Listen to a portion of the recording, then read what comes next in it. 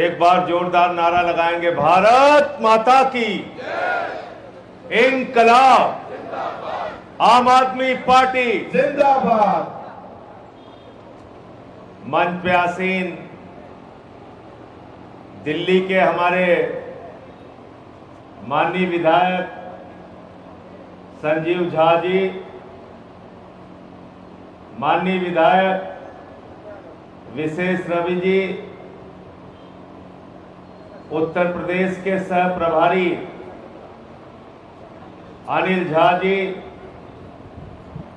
पश्चिम प्रांत के प्रभारी और प्रदेश के सह प्रभारी भाई चौधरी सुरेंद्र जी, दिल्ली के विधायक वीर सिंह धिंगान जी, पश्चिम प्रांत के अध्यक्ष और जिनके नेतृत्व में ये पूरी यात्रा हुई भाई सोमेन ढाका जी, हमारे बीच में जहां से ये यात्रा शुरू हुई मेरठ के जिला अध्यक्ष अंकुश चौधरी जी, गाजियाबाद के जिला अध्यक्ष निमित यादव जी, गाजियाबाद से ही जिन साथियों का ताल्लुक है हमारे ओबीसी प्रकोष्ठ की प्रदेश अध्यक्ष डॉक्टर छवि यादव जी, हमारे प्रवक्ता तरुणिमा जी, सर्वेश जी हमारे महासचिव, हमारे खेल प्रकोष्ठ के अध्यक्ष मीनाक्षी जी, पश्चिम प्रांत के हमारे महासचिव मनीष सिंह जी, हमारे पूर्वांचल के प्रभारी डॉक्टर अनुराग मिश्रा जी, काशी प्रांत के अध्यक्ष भाई पवन तिवारी जी, जनक प्रसाद जी जो हमारे तिरंगा शाखा के अध्यक्ष हैं, नीलम यादव जी जो महिला शाखा के अध्यक्ष हैं, हमारे किसान प्रकोष्ठ के अध्यक्ष कमांडो अशोक जी, माइनॉरिटी सेल के अध्यक्ष भाई शकील मलिक जी, रुहेलखंड प्रांत के अध्यक्ष हैदर भाई, अयोध्या प्रांत के अध्यक्ष विनय पटेल जी, हमारे प्रवक्ता पार्टी के और व्यापार प्रकोष्ठ के अध्यक्ष भाई मनोज मिश्रा जी, पार्टी के निवर्तमान प्रदेश अध्यक्ष जो सभी यात्राओं में और उनके ही जनपद से यात्रा की शुरुआत हुई थी अयोध्या से, भाई सभाजीत सिंह जी, हमारे निवर्तमान महासचिव भाई दिनेश पटेल जी, सभी साथियों का, जिनका अरविंद बाल्यान जी हमारे जिलाध्यक्ष मुजफ्फरनगर के, सभी साथियों का मैं हृदय से आभार व्यक्त करता हूं, सभी जिला अध्यक्षों का हृदय से आभार व्यक्त करता हूं कि इतनी सफल पदयात्रा आपने आयोजित की। हमारे बीच में किसान प्रकोष्ठ, किसान यूनियन के राष्ट्रीय अध्यक्ष विमल त्यागी जी हैं, उनके लिए भी एक बार जोरदार तालियां आप लोग बजा दीजिए। अच्छा, ये जो टेंट वाले हैं, तिरुपति बालाजी टेंट वाले, इनके लिए भी जोरदार तालियां बजा दीजिए जो आपको छांव दे रहे हैं। हमारे दिल्ली के जितने भी निगम पार्षद हैं उनका भी बहुत सारा अभिनंदन, उनके लिए भी एक बार जोरदार तालियां बजा दीजिए। साथियों और दोस्तों, जब ये पदयात्रा का कार्यक्रम मैं तय कर रहा था तो मेरे सामने कई सवाल आए और मुझे कई लोगों ने कहा कि इस गर्मी में तो पदयात्रा के बारे में आप सोचिए भी मत, पदयात्रा करना तो दूर, सोचिए भी मत इस गर्मी में पदयात्रा के लिए।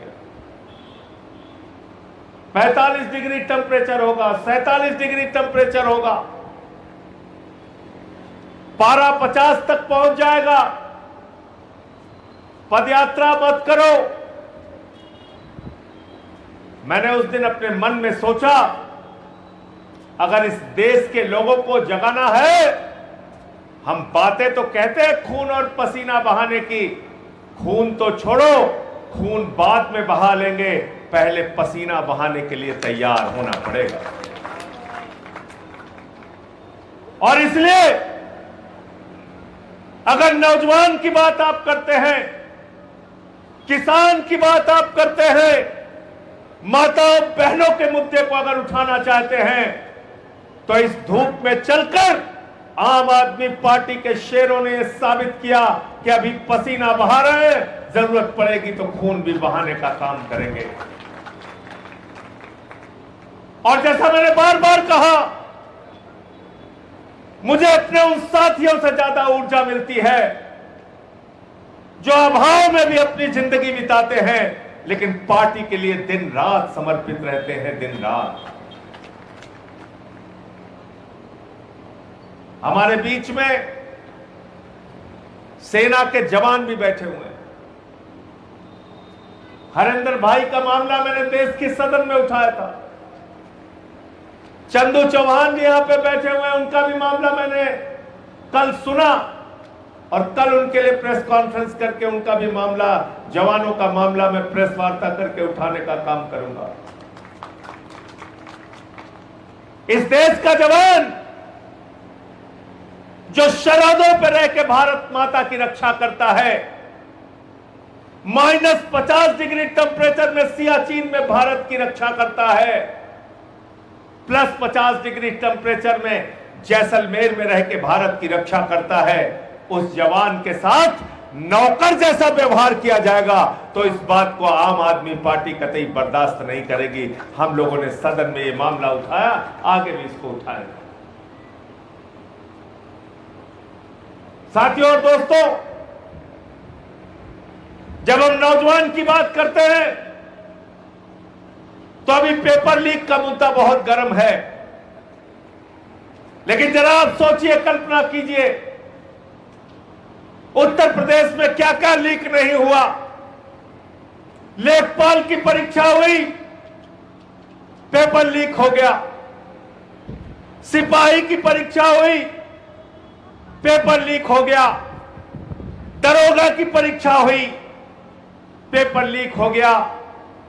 यहां तक कि पीसीएसजे की परीक्षा हुई, पेपर लीक हो गया। हाई स्कूल इंटर की परीक्षा हुई, पेपर लीक हो गया। डॉक्टर इंजीनियर बनने की परीक्षा हुई, पेपर लीक हो गया।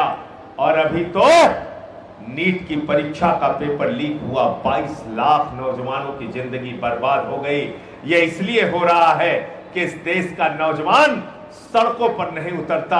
अगर इस देश का नौजवान सड़कों पर उतरने के लिए तैयार हो जाए तो मोदी नहीं, मोदी के 10 पुश्तें भी हिम्मत नहीं करेंगी पेपर लीक करने का।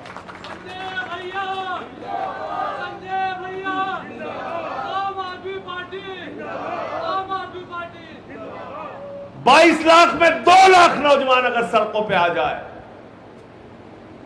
तो हिम्मत नहीं है मोदी सरकार की कि दोबारा पेपर लीक हो जाए। क्या आपको लगता है ये पेपर लीक, ये ऐसे ही पेपर लीक हो रहा है? ये पेपर लीक ऐसे नहीं हो रहा है मेरे दोस्तों। ये paper leak Bharatiya Janata party की नेताओं के